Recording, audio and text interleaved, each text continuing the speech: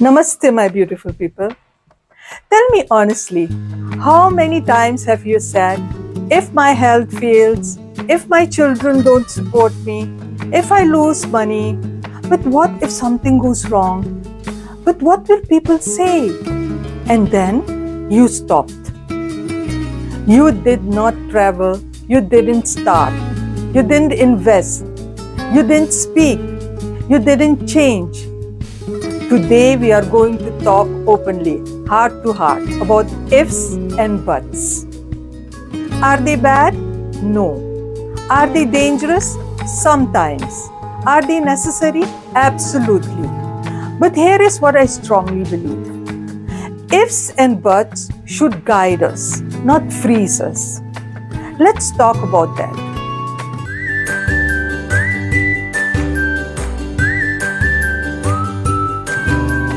Why our mind creates ifs and buts after 50?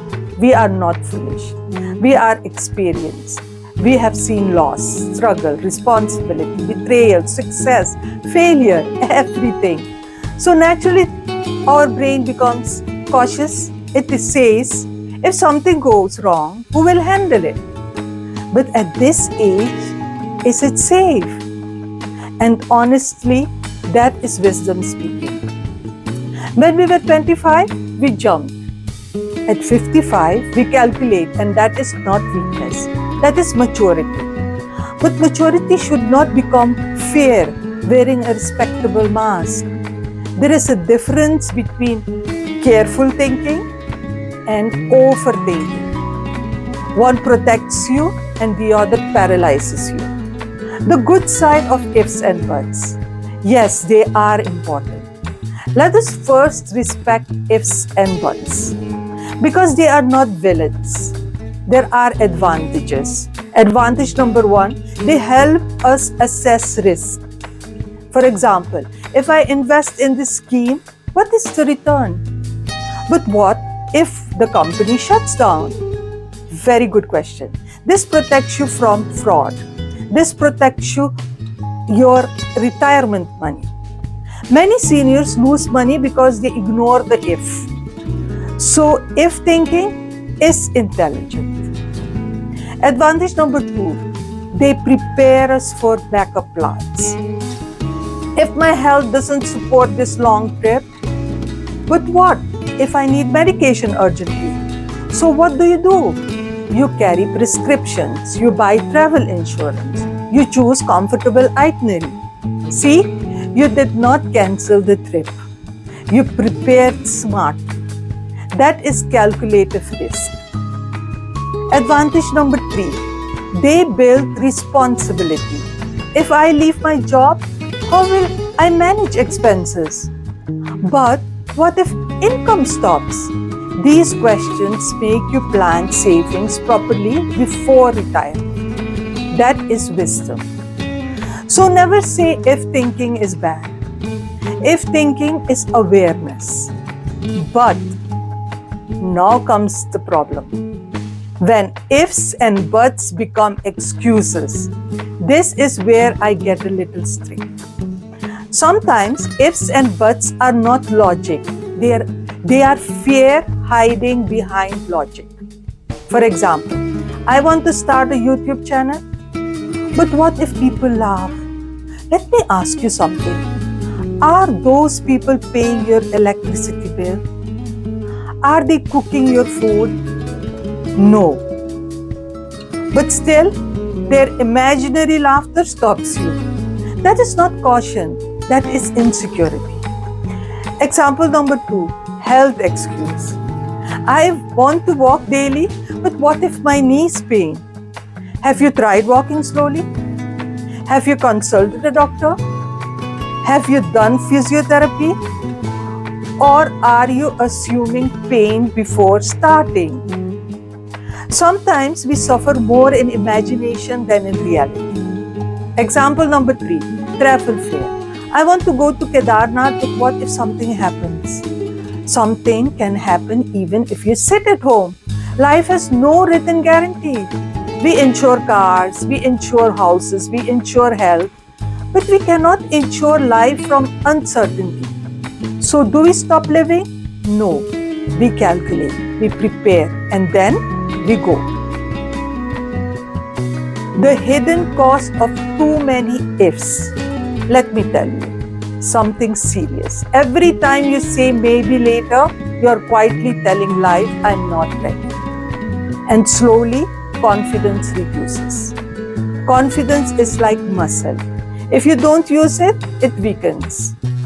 When you repeatedly cancel your own dreams, your mind learns. Better not try. And that is dangerous after 50.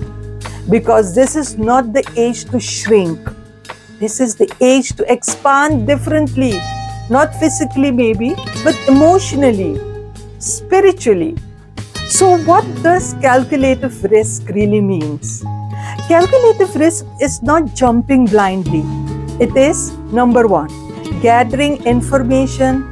Number 2, preparing backup. Number 3, setting boundaries. Number 4, accepting possible loss. 5, moving anyway. For example, you want to start a small home business. Instead of saying, but what if it fails? Ask, how much money can I safely invest without disturbing my security? Maybe 20,000 rupees, not 5 lakhs. That is calculative risk. Loss manageable. Yes. Learning valuable. Definitely. Real life scenarios for seniors. Let's make this practical. Scenario number 1, starting something new. You want to learn music at 60? If. What if I can't learn? Reality, learning keeps brain active. Disadvantage, maybe progress slow. Advantage, mental health improves. Social circle increases. Is slow progress worse than no progress? No. Scenario number 2, remarriage or companionship after losing a spouse. Many think if children don't accept, what will society say? Let me be very honest. Society talks for 2 days. Loneliness stays for years.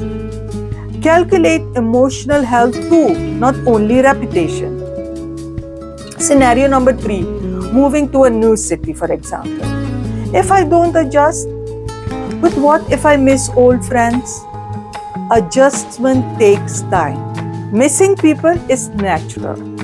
But sometimes new environment brings new energy.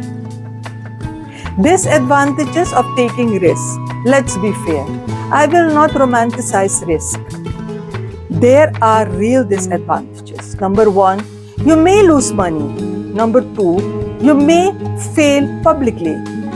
Number 3, you may feel embarrassed. Number 4, you may need to restart. Yes, all true. But let me ask you something. At this stage of life, what is more painful? A small failure or lifelong regret? Regret is heavier. Failure teaches. Regret tortures. So the questions before any decision, instead of saying endless ifs, ask these 5 questions. Number 1, what is the worst that can realistically happen? Number 2, can I survive that loss? Number 3, what preparation can reduce risk? Number 4, what is the benefit if it works? Number 5, after 5 years, will I regret not trying? These questions bring clarity, not emotion, not fear, clarity. So let me say something funny. We say, what if something happens? But when eating sweets daily, do we say, what if sugar increases? Or when watching serials for 4 hours or scrolling on your mobile, do we say, what if eyesight weakens? We are brave in comfort, but fearful in growth. Interesting, no? My strong belief, after 50, we should not become smaller. We should become wiser risk takers. Not reckless, not frozen, just wise. Because life expectancy has increased. We may have 20, 30 active years left, Why live them inside what if?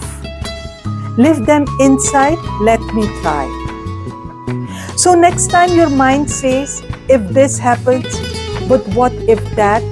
Smile and say, thank you for warning me. Now let me prepare and then I will move. Caution is good.